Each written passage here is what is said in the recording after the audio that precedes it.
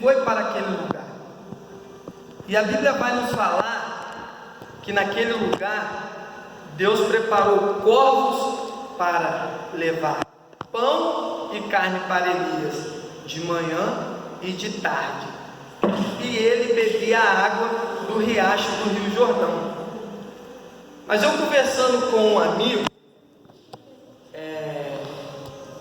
que fez teologia, tem um estudo, esse significado da palavra corvos que tem na Bíblia, ele não está falando de pássaro.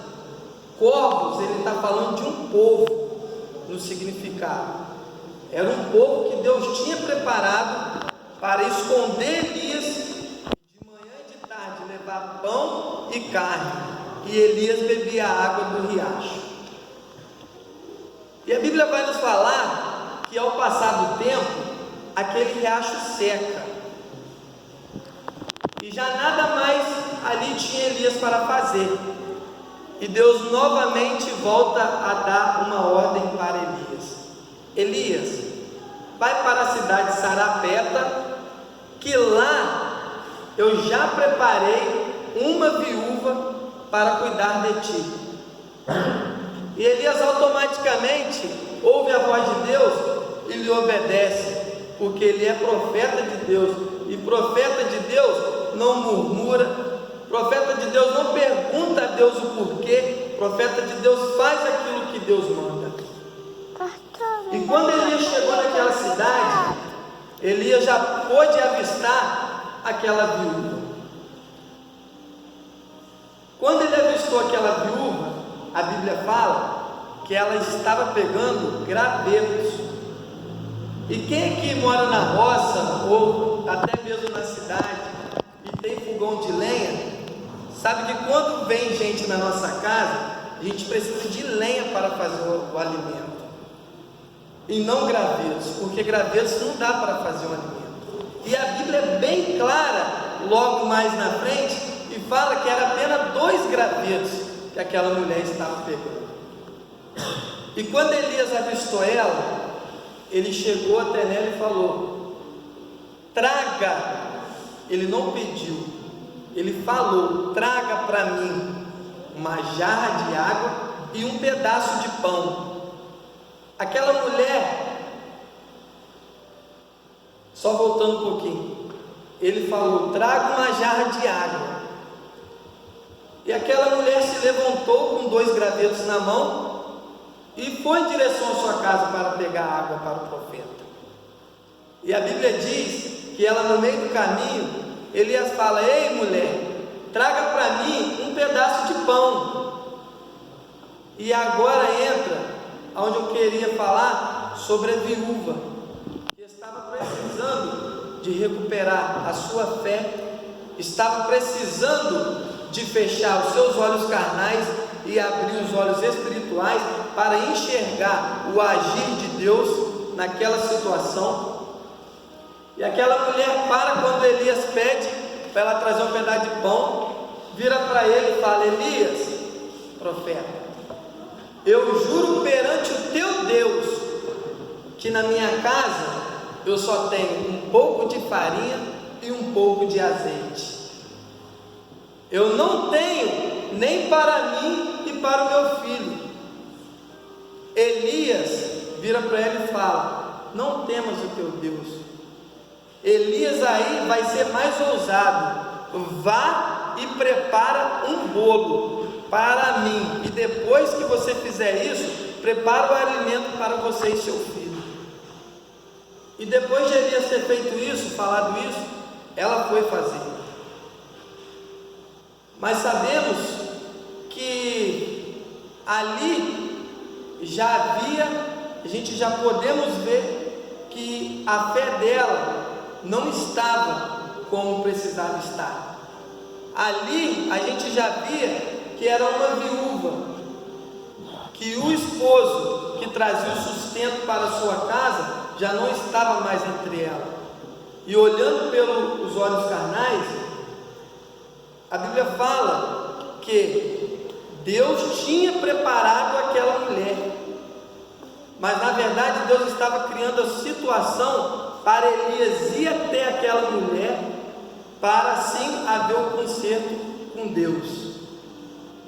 E a Bíblia vai nos relatar que ao passar dos anos que Elias ficou hospedado na casa daquela mulher, o filho dessa mulher veio a adoecer, veio a ficar doente. E logo após, ao passar dos dias, o filho dessa mulher veio a falecer. E a primeira coisa que aquela mulher fez foi virar para o profeta. A Bíblia fala que ao passar dos anos, então não foi pouco tempo que o profeta passou na casa dela, dentro da casa dela. E no começo ela tinha falado que ela mal tinha para ela e para o filho dela. E o tempo que o Elias ficou lá dentro, não faltou nada, nem para ela, nem para o filho dela e nem para o profeta. E quando seu filho faleceu, ela virou para o profeta e disse: profeta, você veio trazer desgraça para dentro da minha casa? Ela já logo murmurou, apesar de Deus ter suplicado as necessidades dela. E o profeta, olhando aquela situação, virou e falou assim: mulher, não temas, o teu Deus está contigo, o meu Deus está contigo. E a Bíblia vai nos relatar que aquela criança estava no braço de sua mãe. Podemos parar para fazer uma análise, que eu creio que não seja uma criança com mais de 10, 15 anos, porque ela pegou o seu filho no colo. Ela se apresentou a Elias com o seu filho no colo morto. Elias fala: mulher, me dá o seu filho. E Elias pega aquela criança e leva, a Bíblia fala, para cima, onde ele estava hospedado. E ao chegar aonde Elias estava hospedado, a Bíblia diz que Elias deita o menino em sua cama e começa a orar a Deus. Fala: Deus, o Senhor mandou ir para aqui, foi para eu me esconder, mas eu tenho certeza que foi para trazer um refrigério para essa família, para essa mulher que tanto necessita. Então, meu Deus, eu te peço, dê a vida a este menino de novo. E a Bíblia relata que por 3 vezes Elias se deitou em cima do menino e o menino reviveu. E Elias pega aquela criança, desce e fala: mãe, aqui está o teu filho. E a mãe, em lágrimas, chorando, vira para Elias e fala: Elias, agora eu creio, agora eu tenho certeza que tu és homem de Deus. Amém. Que tu é profeta de Deus. E eu, refletindo nesta mensagem, eu pude perceber que muitas das vezes em nossas vidas, olhando para o mundo espiritual, somos como essa vida. Olhamos apenas a situação que estamos passando, olhamos apenas a situação que está em nossa volta, olhamos apenas aonde podemos e possamos alcançar e botar as nossas mãos. Mas eu, refletindo, falei: poxa Deus, porque a maioria das vezes não somos como Elias? Do que Deus falar para nós fazer, o que Ele mandar a gente falar, o que Ele mandar a gente profetizar, por que a gente tem se acovardado? Por que a gente tem que ficar sentado nos bancos, vir na igreja assistir um culto e não poder virar para o nosso irmão do lado e pregar o Evangelho e falar do amor de Deus? E essa semana aconteceu justamente uma coisa muito interessante em cima desse texto e dessa mensagem que eu preguei para os irmãos. Semana passada, a minha esposa, era 1h pouca da manhã, ela teve um pesadelo constante. E nesse pesadelo, ela acordou, ela falou: amor, vamos orar, vamos orar. E eu meio dormindo, Como sempre. falei: fiquei, amor, vamos orar, vamos orar. Depois dela ter lutado comigo, com o meu sono, eu acordei e falei: amor, mas o que aconteceu? Ela não me contou o sonho. Ela falou assim: vamos orar por um amigo nosso, que eu tive um pesadelo muito ruim com ele. E ali, 1h pouca da manhã, dobramos o joelho e fomos orar para esse amigo. E no dia seguinte, a Luísa me contou o sonho que ela teve. E eu fiquei muito preocupado, porque é um amigo desde a infância. E eu, como amigo, estou vendo ele perecer e até hoje não fiz nada. Não cheguei para ele e falei: meu amigo, eu estou aqui.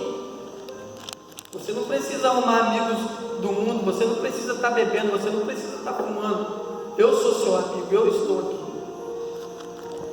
E ali eu já com aquela vontade de ver ele, de falar com ele o que aconteceu. Passou uma semana para me ver ele. Eu fui ver ele ontem. Eu subi no morro da minha casa, justamente ele estava parado, parece que ele estava me esperando. E eu avistei ele lá. Eu falei: ei, amigo, quero falar com você. E aquilo, Deus, as minhas mãos já começou a tremer antes de falar com ele. E quando eu cheguei perto dele, a primeira situação, eu contei o sonho que a Luísa teve. E quando eu acabei de contar o sonho, veio vindo palavras na minha boca, que eu já nem estava olhando mais para ele, eu já estava olhando para o céu. E eu falando, chegou um certo ponto que eu olhei para ele, e aquele amigo já estava em lágrimas. Falei para ele: amigo, a situação que você está passando hoje, você não precisa de uma igreja. A situação que você está passando hoje, você precisa de pessoas para estar do seu lado, não para te julgar, mas para te estender a mão e te dizer: eu estou contigo. E ele, em lágrimas, me abraçou e falou: Ender, muito obrigado, meu amigo. E eu quero marcar, domingo ele já vai vir comigo aqui na igreja. Amém. Quero marcar para ir lá na sua casa, quero que vocês vão lá na minha casa, para vocês estar orando. Falei: amém, nós vamos sim na sua casa. E quando eu cheguei em casa, eu comecei a meditar isso ontem, isso era umas 10h pouca já da noite. Comecei a meditar, comecei a lembrar, aquilo que eu vivi ontem foi aquilo que Elias fez. Elias não olhou a situação. Elias, como profeta ousado de Deus, foi e falou, foi e fez aquilo que Deus tinha ordenado. E eu estava como essa viúva, com os olhos carnais abertos e os espirituais fechados. E para fechar, o que eu quero dizer para os irmãos, que essa mensagem tocou primeiro no meu coração, para estar transmitindo para vocês. Vamos buscar ser mais como um profeta. Vamos buscar fazer mais para o reino de Deus.